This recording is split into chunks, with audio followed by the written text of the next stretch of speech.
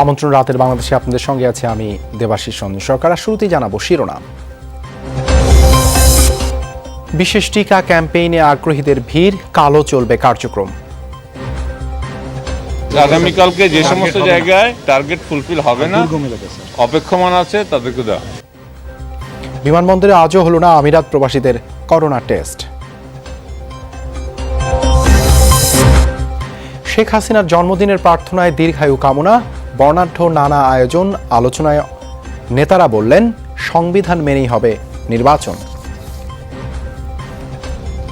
শেখ হাসিনার নেতৃত্বে আওয়ামী লীগ ঐক্যবদ্ধ, আমরা সমুচিত জবাব দেব যে কোনো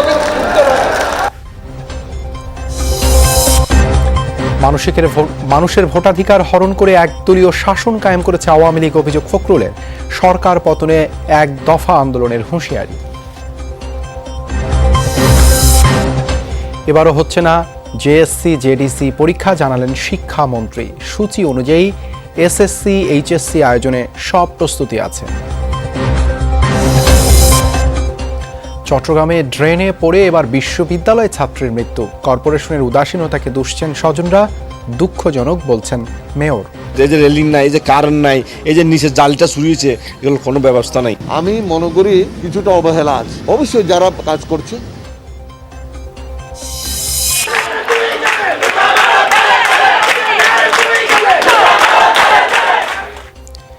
ছাত্রদের চুল কেটে দেওয়ার প্রতিবাদে রবীন্দ্র বিশ্ববিদ্যালয়ে বিক্ষোভ। বাগেরহাটে জুতা না পরায় স্কুলের শতাধিক শিক্ষার্থীকে বের করে দিলেন প্রধান শিক্ষক। এছাড়াও রাতের বাংলাদেশে থাকছে চিত্রনায়িকা পরিমণির জব্দকৃত গাড়ি, ল্যাপটপ সহ 16টি আলামত ফেরত দেওয়ার নির্দেশ। আপত্তি নেই তদন্ত কর্মকর্তার। এতক্ষণ শিরোনাম দেখছিলেন, এবারে বিস্তারিত। প্রধানমন্ত্রী শেখ হাসিনার জন্মদিন উপলক্ষে সারা দেশে চলছে বিশেষ টিকা ক্যাম্পেইন। 75 লাখ মানুষকে টার্গেট করে শুরু হওয়া এই কার্যক্রম আগামীকালও চলবে। ক্যাম্পেইনে দেয়া হচ্ছে সিনোফার্মের টিকা। 60 বছর ঊর্ধ্ব নাগরিকরা জাতীয় পরিচয়পত্র দেখিয়ে স্পট রেজিস্ট্রেশনের মাধ্যমে টিকা গ্রহণে অগ্রাধিকার পাচ্ছেন। প্রধানমন্ত্রী শেখ হাসিনার 75তম জন্মদিন উপলক্ষে বিশেষ টিকাদান। সকাল 9টায় দেশের 6000 কেন্দ্রে একযোগে শুরু হয় ভ্যাকসিন দেওয়ার কর্মসূচি। কিন্তু আগেরবারের দেয়া গণটিকার মতো এবার খুব ভিড় ছিল না। স্বাচ্ছন্দ্যে এবং সুশৃঙ্খলভাবে টিকা নিয়েছেন আগ্রহীরা। ঢাকার দক্ষিণ সিটিতে 54টি ও উত্তরে 75টি কেন্দ্রে টিকা দেওয়া হয়। এতদিন চেষ্টা করছি, করছিলাম অনলাইনে, দিতে পারি নাই, কোনো ঠিয়া আসে নাই। এখন মনে করেন আজকে নিরিবিলি দিলাম। আমাদের কেন্দ্রে কেন্দ্রে যে দিতে হতো, এখানে দিলে ভালো। মানে বার্তা পেয়েছি যে আজকে টিকা গ্রহণ করা যাবে, সেজন্য আমি আজকে আসলাম। মানে খুব সুষ্ঠুভাবে আমি টিকা নিয়েছি। আমি 2.5 মাস ধরে ওয়েট করছি, এখন তো মনে হচ্ছিল যে আর আসবেই না মেসেজ। এখানে যারা আছেন তারা প্রান্তিক জনগোষ্ঠী, অনেকেই রেজিস্ট্রেশন করতে, অনেকেই রেজিস্ট্রেশন বুঝে না বা অ্যাপ সম্পর্কে যাদের ধারণা নাই, এই সংখ্যাটাই সবচেয়ে বেশি আমার এখানে আসে। বিশেষ ক্যাম্পেইনে 25 বছর ও তদূর্ধ্ব নাগরিকেরা SMS দেখিয়ে টিকা নিতে পেরেছেন। ভ্যাকসিনের আগে প্রত্যেককে জাতীয় পরিচয়পত্র ও টিকা কার্ড দেখাতে হয়। গর্ভবতী ও দুগ্ধদানকারী মায়েদের এই ক্যাম্পেইনে টিকা দেওয়া হচ্ছে না। SMS আসে নাই, পরে আমি তো এখানের ভোটার, পরে আসলাম, মানে সিরিয়াল দিয়ে দিতেছে, আমিও দিতেছি। দ্বিতীয় ডোজ দিতে পারে, আমরা আরো টেনশন মুক্ত হয়ে গেলাম। আলহামদুলিল্লাহ কোনো ভিড় ছিল না, মানে তাই টিকা দিয়ে আমরা বাসার দিকে ফিরতেছি আর কি। উনি আসলে অনাড়ম্বরভাবে কখনোই জন্মদিন পালন করে না। উনি জনগণের কল্যাণে সারা জীবন নিজেকে স্যাক্রিফাইস করেছেন। সেই জনগণের কল্যাণার্থেই আজকে আমরা এই ভ্যাকসিনের আয়োজন করেছি। সার্ভারের উপরে চাপ পড়ার কারণে অনেক জায়গায় SMS ডিলে হচ্ছিল। তার পরিপ্রেক্ষিতে আমরা বলেছি যে SMS যদি নাও পাই, তারপরে যদি ওনারা আসেন, আমরা আমাদের জনগোষ্ঠীকে টিকার আওতায় আনাটা আমাদের মূল কর্মসূচি। 75 লাখ মানুষকে টিকা দেওয়ার উদ্যোগ নেওয়া হলেও একদিনে টার্গেট পূরণ করা সম্ভব নয়, এমনটাই মনে করছেন নীতি নির্ধারকেরা। আজকে থেকে আমরা বড় বড় অঙ্কের একসঙ্গে দেব, যাতে করে যারা অপেক্ষমান আছে সে শেষ হয়ে যাবে এবং পরবর্তীতে আমরা, এখন আপনারা সবাই জানেন 25 বছর পর্যন্ত আছে, সেটা আমরা ধাপে ধাপে নামিয়ে নিয়ে আসব এবং আশা করছি যে এই বছর শেষে বা আগামী বছর প্রথমার্ধে আমরা যে 80 ভাগ মানুষকে দেওয়ার যে সিদ্ধান্তটা আছে, সেই সিদ্ধান্তটা বাস্তবায়িত। মঙ্গলবার যারা টিকা নিয়েছেন, এর 1 মাস পর অক্টোবরের 28 তারিখে তারা দ্বিতীয় ডোজ পাবেন।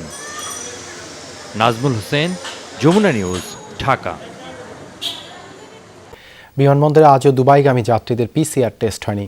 বিমান প্রতিমন্ত্রী মাহবুব আলী জানান, আরব আমিরাতের সম্মতি না পাওয়ায় দেরি হচ্ছে বিমানবন্দরে PCR ল্যাবের কার্যক্রম। বিকেলে সচিবালয়ে সাংবাদিকদের এই তথ্য জানান তিনি। বলেন, আরব আমিরাতের মান সম্মতি পাওয়া গেলেই বিমানবন্দরে RT-PCR টেস্ট শুরু হবে।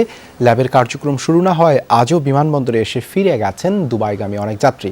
এর আগে রোববার বিমানবন্দর কর্তৃপক্ষ জানায়, আরব আমিরাতগামী প্রবাসী যাত্রীদের জন্য 12টি ল্যাব বসানো হয়েছে। এতে প্রতিদিন 2 থেকে 3 হাজার নমুনা পরীক্ষা করা যাবে।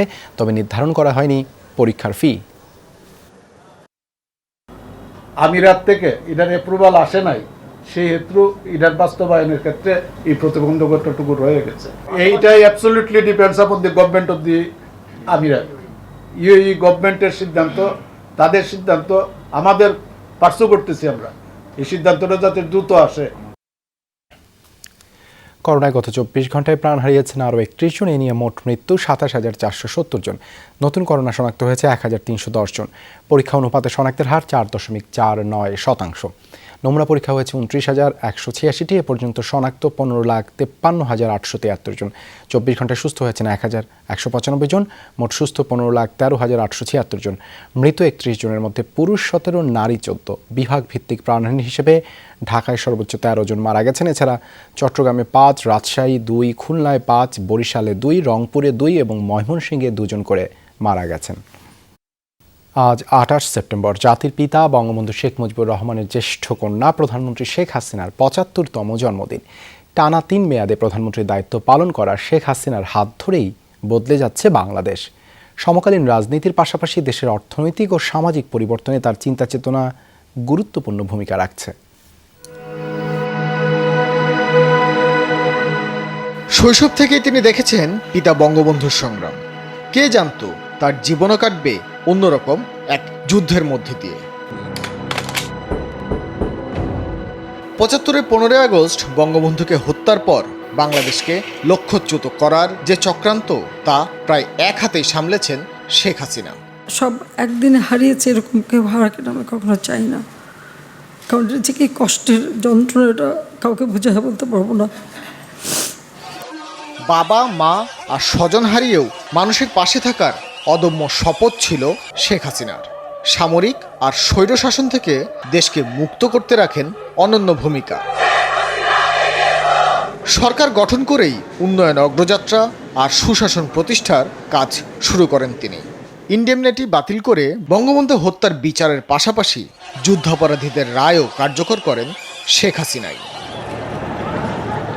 বিডিআর বিদ্রোহ অথবা হেফাজতের ঢাকা দখলের মতো পরিস্থিতি মোকাবেলা করেছেন কঠোর হাতে। একের পর এক ঝড়ঝাপটা সামলে শেখ হাসিনা হয়ে উঠেছেন কালোত্তীর্ণ রাষ্ট্রনায়ক। নিজস্ব অর্থায়নে আমরা এই পদ্মা সেতু নির্মাণ করব।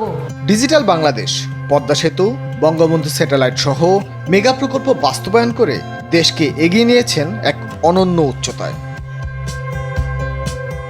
লোডশেডিংয়ে জর্জরিত বাংলাদেশ এখন বিদ্যুতে স্বয়ংসম্পূর্ণ। প্রায় প্রতিটি ঘর বিদ্যুতের আলোয় আলোকিত। করোনা মহামারীতে যেখানে বিশ্বের বাঘা বাঘা দেশের অর্থনীতি হুমকির মুখে, সেখানেই শেখ হাসিনার দূরদর্শিতায় আরও মজবুত হয়েছে বাংলাদেশের অর্থনীতি। নানা শঙ্কা দূরে ঠেলে করোনা মোকাবেলা ও টিকা সংগ্রহেও এনেছেন সফলতা।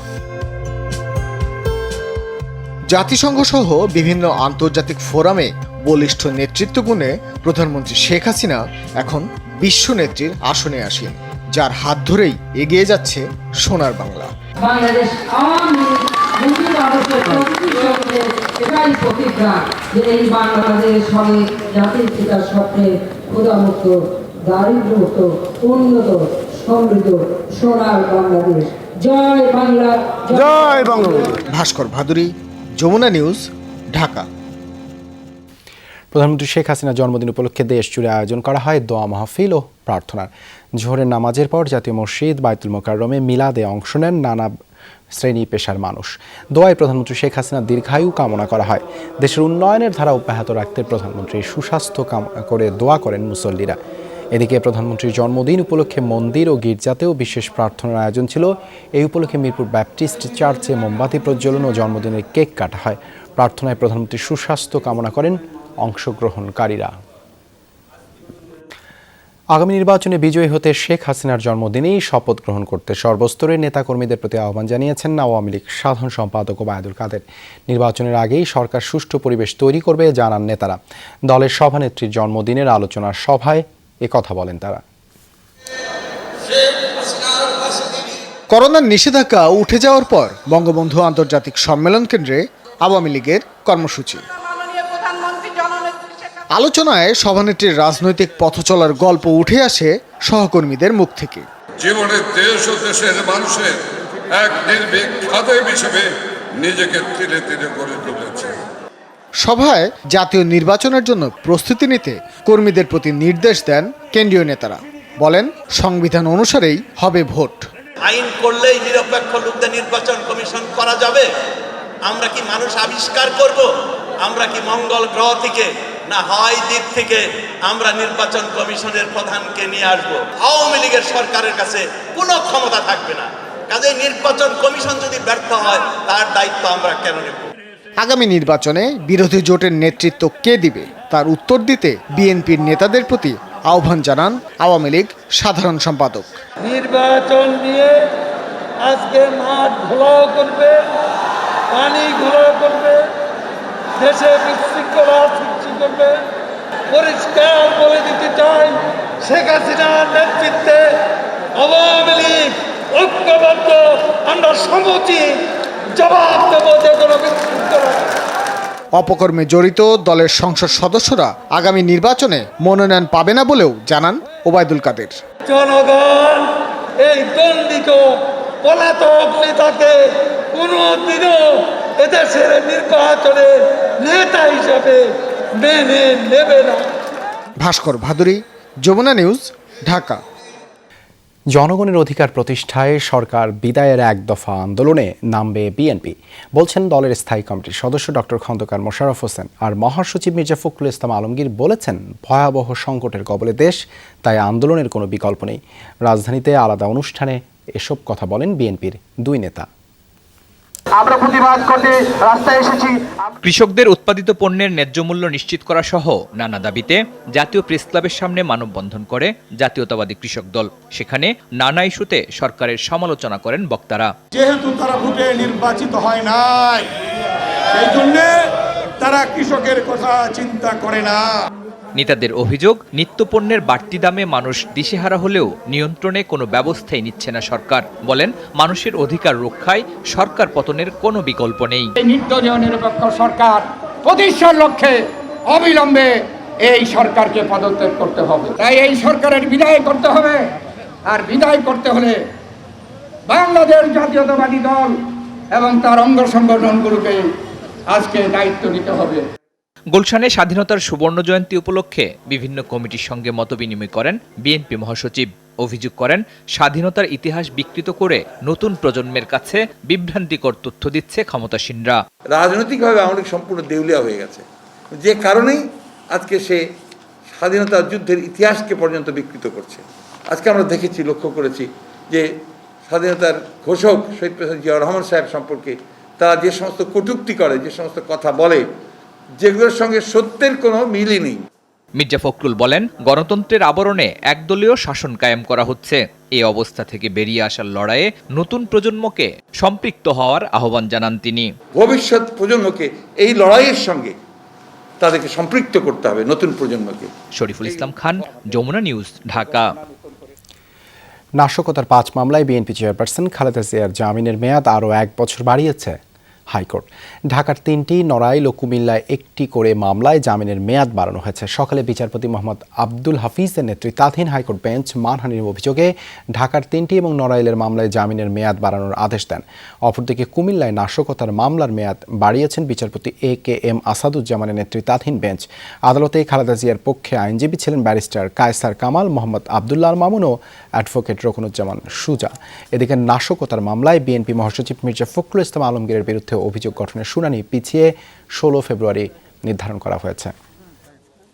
এবছরও হচ্ছে না জেএসসি ও জেডিসি পরীক্ষা, জানিয়েছেন শিক্ষামন্ত্রী ডাক্তার দীপুমণি। দুপুরে রাজধানীর গণভবন উচ্চ বিদ্যালয়ে এক অনুষ্ঠানে তিনি জানান, পিইসি পরীক্ষা হওয়ার সম্ভাবনা কম।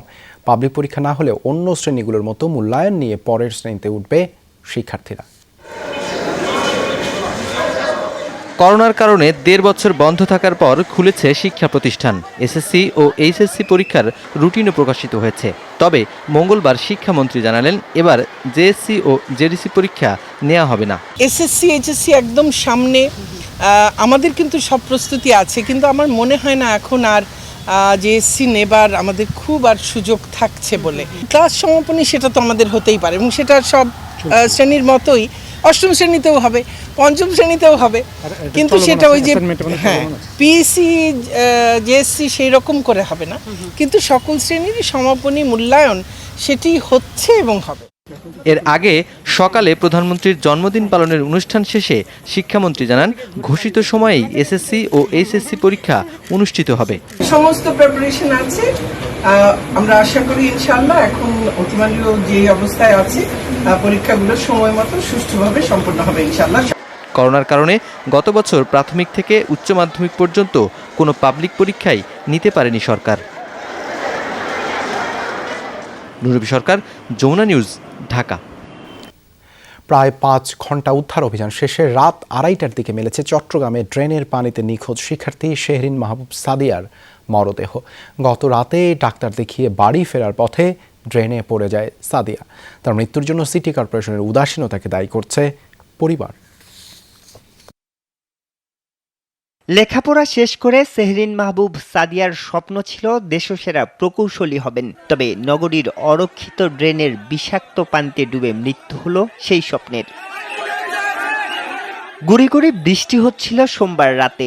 আগ্রাবাদে মামার সাথে ডাক্তার দেখিয়ে ফিরছিল আন্তর্জাতিক ইসলামী বিশ্ববিদ্যালয়ের কম্পিউটার সায়েন্স বিভাগের শিক্ষার্থী সাদিয়া। সংকীর্ণ ফুটপাত দিয়ে হাঁটার সময় হঠাৎই পড়ে যায় ঢাকনাবিহীন প্রশস্ত ড্রেনে। ঘটনার পরপরই স্বজনরাই শুরু করেন খোঁজাখুঁজি। আসে ফায়ার সার্ভিসও। প্রায় 5 ঘন্টা খোঁজাখুঁজির পর ঘটনাস্থল থেকে 30 গজ দূরে মেলে সাদিয়ার নিথর দেহ। স্লিপ করে নিচে পড়লো, আমার আব্বা লাভ মারছে, আমি লাভ মারছি, সেফ 2 মিনিট। এই ঘটনা যে হওয়ার আগে কি সতর্ক হতে পারে নাই? দেখেন ড্রেনের অবস্থা জাম হয়ে গেছে। এইগুলো নিয়ে যদি কাজ না হয় তাহলে কালকে আমার বোনও মারা যাবে। মৃত্যুর জন্য নগর সুরক্ষার দায়িত্বে থাকা সংস্থার অবহেলা ও ব্যর্থতাকে দুষছেন সাদিয়ার স্বজনরা। আজকে যদি কাজ করতো তাহলে আজকে আমার মেয়ে অন্তত অ্যাক্সিডেন্ট হতো না, আরো অনেক অ্যাক্সিডেন্ট হতো। এই যে রেলিং নাই, এই যে কারেন্ট নাই, এই যে নিচে জালটা ছুরিয়েছে, এগুলো কোনো ব্যবস্থা নাই। আমরা সাধারণ পাবলিক, আমরা আসছি মরার জন্য। রাস্তায় এইভাবে হবে আমরা মরবো, ওইটা কারো কিছু যায় আসে না। সিটি মেয়রও দায় চাপালেন এলিভেটেড এক্সপ্রেসওয়ের নির্মাণকারী সংস্থা চট্টগ্রাম উন্নয়ন কর্তৃপক্ষের উপর। আমি দায়ী কারা এটা বলবো না, কিন্তু দেওনাট হতে পতেঙ্গা পর্যন্ত যে কাজ চলছে এগুলো সিটি কর্পোরেশনের আওতায় নেই এখন। এটা মেইনটেনেন্স থেকে আরম্ভ করে সমস্ত কিছু এটা চট্টগ্রাম উন্নয়ন কর্তৃপক্ষের। গত 25 আগস্ট চট্টগ্রামে ঘটে এমন অনাকাঙ্ক্ষিত ঘটনা। ভারী বর্ষণে মুরাদপুরে সৃষ্ট জলাবদ্ধতার সময় নালায় পিছলে পড়ে তলিয়ে যান ব্যবসায়ী সালেহ আহমেদ। তার ভাগ্যে কি ঘটেছে এখনো জানা যায়নি। তা মৃত্যু আসলে কতটা মূল্যহীন? চট্টগ্রাম শহরে গেল 1 মাসে ড্রেনে পড়ে এই 2 মৃত্যুর ঘটনা সবচেয়ে বড় উদাহরণ। চট্টগ্রামবাসীর প্রশ্ন, আর কত এমন মৃত্যু হলে টনক নড়বে প্রশাসনের? আরিফুর রহমান সবুজ, যমুনা নিউজ, চট্টগ্রাম। সিরাজগঞ্জে রবীন্দ্র বিশ্ববিদ্যালয়ে মাথার চুল কেটে দেয়ায় আত্মহত্যার চেষ্টা করেছে এক ছাত্র। এই ঘটনায় বিক্ষোভ করেছেন শিক্ষার্থীরা। অভিযুক্ত শিক্ষক অপসারণ বা বহিষ্কার না হওয়া পর্যন্ত আন্দোলন চলবে বলে জানিয়েছে তারা।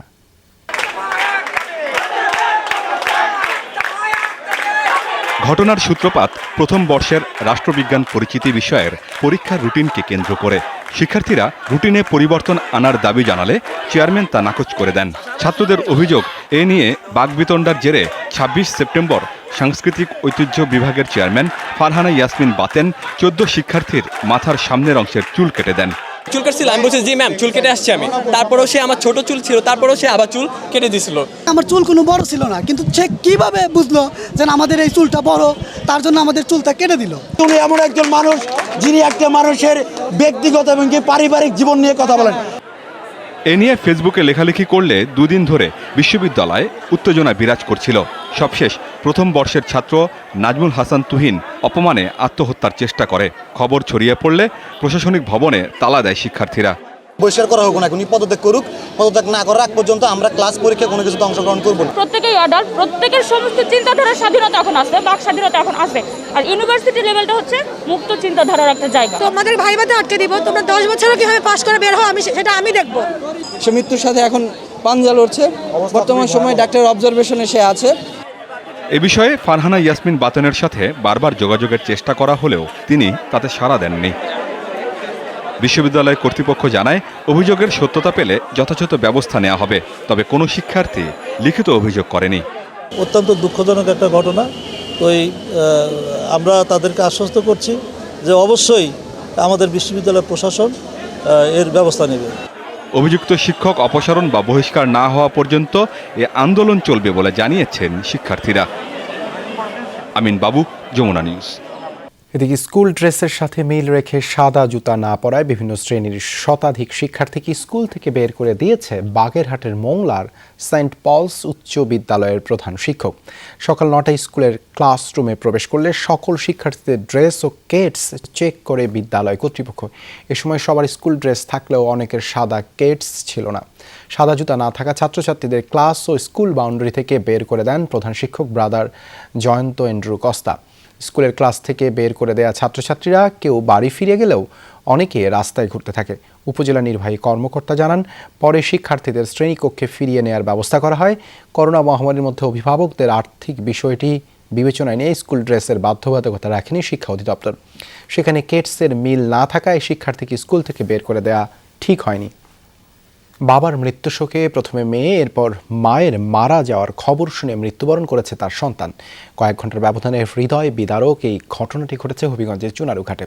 স্থানীয়রা জানায়, মঙ্গলবার সকালে রাজধানীর একটি হাসপাতালে চিকিৎসাধীন অবস্থায় মারা যান শ্রীকুটা গ্রামের বৃদ্ধ সাজিদুর রহমান আরজু। বাবার মৃত্যুর খবর শোনার পর অসুস্থ হয়ে পড়েন কন্যা সুরাইয়া আক্তার। হাসপাতালে ভর্তি করা হলে মারা যান তিনি। সুরাইয়ার মৃত্যুর শোক সইতে পারেনি তার বড় মেয়ে উলফাত। দুপুরে সেও মৃত্যুর কোলে ঢলে পড়ে। মঙ্গলবার সন্ধ্যায় বাবা, মেয়ে ও নাতনির জানাজা অনুষ্ঠিত হয় শ্রীকুটা গ্রামে মসজিদ মাঠে। একই দিনে পরিবারের 3 সদস্যকে হারিয়ে শোক স্তব্ধ পুরো পরিবার। এলাকায়ও শোকের ছায়া নেমে এসেছে। প্রথম তার বাবা মারা গেছে, সুরিয়ার বাবা মারা গেছে। বাবা খবর ভাইয়া তার মৃত্যুর মেয়ে সুরিয়া মারা গেছে। কিছুক্ষণ পরে সুরিয়ার মেয়ে মারা গেছে। এই হৃদয় বিদারক ঘটনায় আমাদের এলাকায় শোকের ছায়া নেমে এসেছে। এরকম অনাকাঙ্ক্ষিত ঘটনা আমরা আর পরিবারে দেখিনি। চিত্রনায়িকা পরিমণির ব্যবহৃত গাড়ি, মোবাইল, ল্যাপটপ সহ জব্দ করা 16টি আলামত ফেরত দেওয়ার নির্দেশ দিয়েছেন আদালত। এগুলো ফেরত দিলে তদন্ত কাজ ক্ষতিগ্রস্ত হওয়ার আশঙ্কা নেই এমন অনাপত্তি জানান তদন্ত কর্মকর্তা। এর প্রেক্ষিতেই আদালত আলামত হিসেবে জব্দ করা পরিমণির ব্যবহার্য জিনিস ফেরত দেওয়ার নির্দেশ দেন।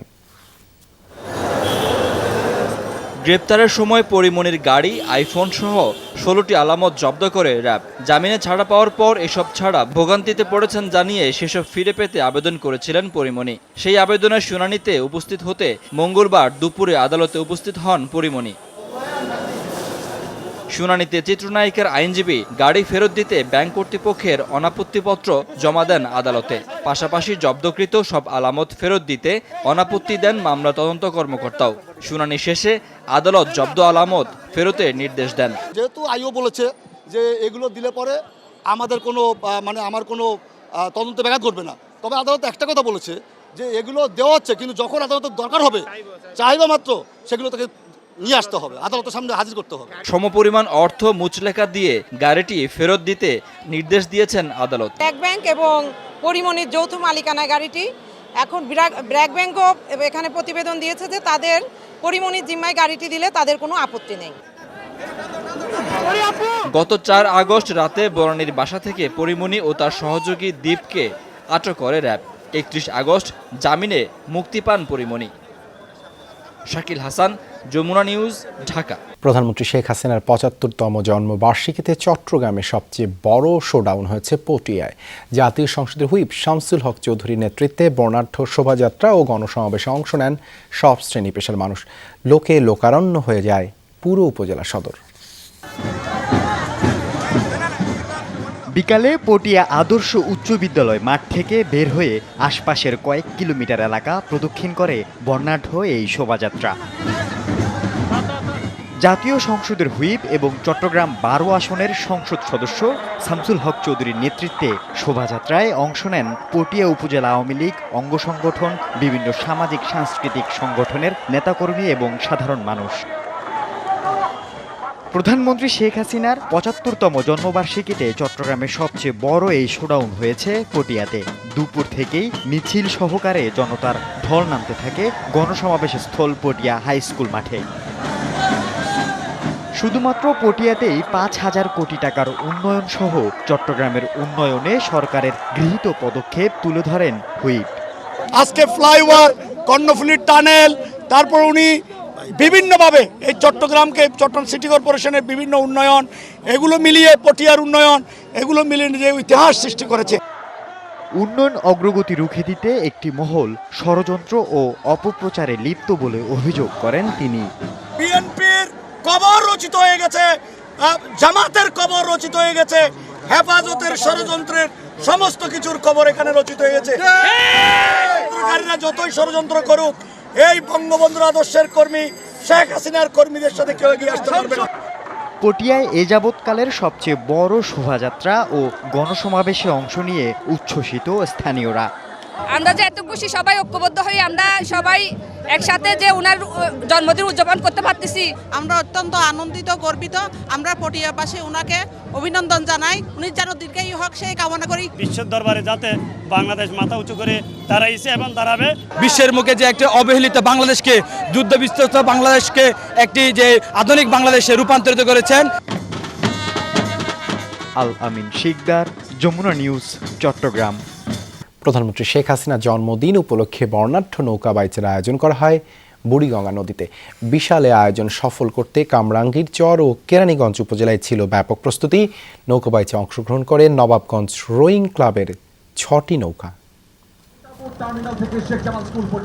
বিকাল গড়াতেই হাজারো মানুষের ঢল বুড়িগঙ্গার দুই তীরে।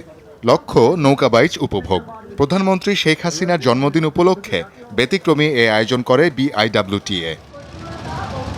বেলুন উড়িয়ে বাইচের উদ্বোধন করার পরপরই ক্ষিপ্র গতিতে ছুটতে শুরু করে প্রতিটি নৌকা। হৈ হুল্লোড়ে প্রতিযোগীদের উৎসাহ দেন নদী পাড়ের সমবেত জনতা। সোয়ারীঘাট থেকে খোলামোড়া পর্যন্ত 2.5 কিলোমিটার নৌপথে চলে এই প্রতিযোগিতা। দীর্ঘদিন পর বুড়িগঙ্গায় নৌকা বাইচের আয়োজনে খুশি সবাই। এই ধরনের আয়োজন যত বেশি হবে তত বেশি নদীর যে দূষণ হচ্ছে, নদীর যে দখল হচ্ছে, এটি থেকে আমরা মনে করি নদীকে রক্ষা করা যাবে। রাজধানীর নদী ও খাল দখলমুক্ত করতে পারলে নিয়মিতই ঐতিহ্যবাহী নৌকা বাইচের আয়োজন সম্ভব বলে মনে করেন উত্তরের মেয়র। হাতির ঝিল থেকে কালাচাঁদপুর, হাতির ঝিল থেকে বনানী কবরস্থান, 9টা যে আমাদের যে ব্রিজ আছে, ব্রিজগুলোকে আমরা উঁচু করার জন্য একটা পরিকল্পনা নিয়েছি এবং যদি ব্রিজগুলোকে উঁচু করতে পারি ওয়াটার ট্রান্সপোর্টও হবে এবং হাতির ঝিল থেকে কালাচাঁদপুর পর্যন্ত আমরা এই ধরনের নৌকা বাইচ কিন্তু আমরা শুরু করতে পারি। রাতে বুড়িগঙ্গা নদীর বুকে আয়োজন করা হয় বর্ণিল আতশবাজি প্রদর্শনীর। শওকত মঞ্জুর শান্ত, যমুনা নিউজ, ঢাকা। কংগ্রেসে যোগ দিলেন ভারতের আলোচিত CPI নেতা কানাহিয়া কুমার। কয়েকদিন ধরেই তার দল বদল নিয়ে আলোচনা চলছিল। মঙ্গলবার নয়াদিল্লিতে কানাহিয়াকে কংগ্রেসে স্বাগত জানান রাহুল গান্ধী। পাশাপাশি এদিন কংগ্রেসে যোগ দেন গুজরাটের আরেক বামপন্থী যুব নেতা জিগ্নেশ মেবানি। রাহুলের উপস্থিতিতেই কংগ্রেসের প্রাথমিক সদস্য পদ গ্রহণ করেন দুই তরুণ নেতা। আদর্শগত বিরোধ থাকা সত্ত্বেও কেন কানাহিয়া এবং মেবানিকে দলে নেওয়া হচ্ছে তাই নিয়ে প্রশ্ন তুলেছেন খোদ কংগ্রেসের সিনিয়র নেতা। জওহরলাল নেহরু বিশ্ববিদ্যালয়ের শিক্ষার্থী আন্দোলনের মাধ্যমে আলোচনায় আসেন কানহাইয়া। এরপর নাগরিকত্ব আইন সহ বিভিন্ন ইস্যুতে সোচ্চার ছিলেন তিনি। তাইওয়ানে পার্লামেন্টে বিতর্ক চলার সময় তুমুল হাতাহাতিতে জড়িয়েছেন সরকার ও বিরোধী দলীয় সদস্যরা। মঙ্গলবার নিরাপত্তা ও অর্থনীতি ইস্যুতে প্রস্তাব দেয় দুদল। এ সময় চেম্বার প্রধান সু সেং চ্যাং তার বক্তব্য দিতে গেলে মারমুখী হয়ে ওঠেন বিরোধী দলের সদস্যরা। তেরে আসেন সরকার দলীয় সমর্থকরাও। এ সময় সু সেং চ্যাংকে লক্ষ্য করে পানি ছুড়ে মারা হয়। বক্তব্য রাখতে গেলে কয়েকজন সদস্যকে টেনে হিঁচড়ে নামিয়ে দেওয়া হয় মঞ্চ থেকে। শেষ পর্যন্ত পরিস্থিতি শান্ত না হওয়ায় পার্লামেন্ট ত্যাগ করেন স্পিকার, চেম্বার প্রধান সহ সিনিয়র নেতারা। টেস্ট ক্রিকেটের উন্নয়নে কাজ করার লক্ষ্য নিয়ে তৃতীয়বারের মতো বিসিবির পরিচালক পদে লড়ছেন বাংলাদেশের প্রথম টেস্ট অধিনায়ক নাইবুর রহমান দুর্জয়। দেশের ক্রিকেটের অবকাঠামোগত উন্নয়ন চান তিনি। সেই লক্ষ্যে নানা পরিকল্পনা সাজিয়েছেন ঢাকা বিভাগের পরিচালক পদপ্রার্থী। নির্বাচনে প্রতিদ্বন্দ্বিতাকে উপভোগ করছেন সাবেক এই অধিনায়ক। বিসিবি নির্বাচন 2021-এ পরিচালক পদে লড়ছেন বাংলাদেশের অভিষেক টেস্টের অধিনায়ক নাইমুর রহমান দুর্জয়। গেলবারের মতো এবারও প্রতিদ্বন্দ্বিতা করেই বিসিবিতে আসতে হবে তাকে। ঢাকা বিভাগে 2 পদের জন্য লড়বেন 4 প্রার্থী: নাইমুর রহমান দুর্জয়, তানভীর আহমেদ টিটু, সৈয়দ আশফাকুল ইসলাম ও মোহাম্মদ খালিদ হোসেন। নির্বাচনী লড়াই বরাবরের মতোই উপভোগ করেন সাবেক এই অধিনায়ক। ঢাকা ডিভিশনে কিন্তু জেলার সংখ্যা বেশি, সেই ক্ষেত্রে ডিরেক্টরের সংখ্যা একটু কম, যার জন্য অনেকেই প্রার্থী হন এবং আমাদের ঢাকা ডিভিশনে ইলেকশন হয়, প্রতিদ্বন্দ্বিতা করতে হয়। আসলে যখন ক্রিকেট অপারেশনসে কাজ করেছি তখন চেষ্টা করেছি সর্বোচ্চ দিয়ে, এবং প্লেয়ারদের দেখাশোনাটাই মূল কারণ। বাংলাদেশ ক্রীড়া শিক্ষা প্রতিষ্ঠান বিকেএসপিতে বেড়ে ওঠা নাইমুর রহমানের আন্তর্জাতিক ক্রিকেট ক্যারিয়ার 7 বছরের। এরপর আসেন ক্রিকেট প্রশাসনে। বিসিবিতে ছিলেন 3 টার্ম। ক্রিকেট অপারেশনস থেকে শুরু করে কাজ করেছেন বিসিবির এইচপি ইউনিট নিয়ে। এবার নির্বাচিত হলে কাজ করতে চান টেস্ট ক্রিকেটের উন্নয়নে। ক্রিকেট বোর্ড এমন একটা জায়গা, প্রত্যেকটা জায়গা থেকেই কন্ট্রিবিউট করার সুযোগ আছে। কাজেই যেই দায়িত্ব দেওয়া হবে সেটা যদি আমরা সবাই যার যার জায়গা থেকে পালন করি তাহলে কিন্তু বাংলাদেশের ক্রিকেট আগাবে। দেশের ক্রিকেটের সার্বিক উন্নয়নে অবকাঠামোর দিকে নজর দিতে চান সাবেক এই অধিনায়ক। ডোমেস্টিক খেলার জন্য আমরা যদি আরও বেশি মাঠ করতে পারি উইথ ডিফারেন্ট ক্যারেক্টারের উইকেট, যেটা আমাদের লঙ্গার ভার্সনের জন্য স্পেশালি দরকার। আমি আসলে লঙ্গার ভার্সনের দিকে আরেকটু স্পেশালি আমরা টেস্ট ক্রিকেটে যেন ভালো টিম হয়ে দাঁড়াতে পারি সেই লক্ষ্যে কাজ করার ইচ্ছা আছে। পুরুষের সাথে সমান তালে এগিয়ে যাচ্ছে বাংলাদেশের নারীরাও। তবে বিসিবিতে কাউন্সিলর থাকলেও এখনো পর্যন্ত নেই কোনো নারী পরিচালক। নারীদেরকেও এগিয়ে আসার আহ্বান তার। সালাউদ্দিন সুমন, যমুনা স্পোর্টস, ঢাকা। আর এই ছিল রাতের বাংলাদেশে। এতক্ষণ আমাদের সাথে থাকার জন্য ধন্যবাদ।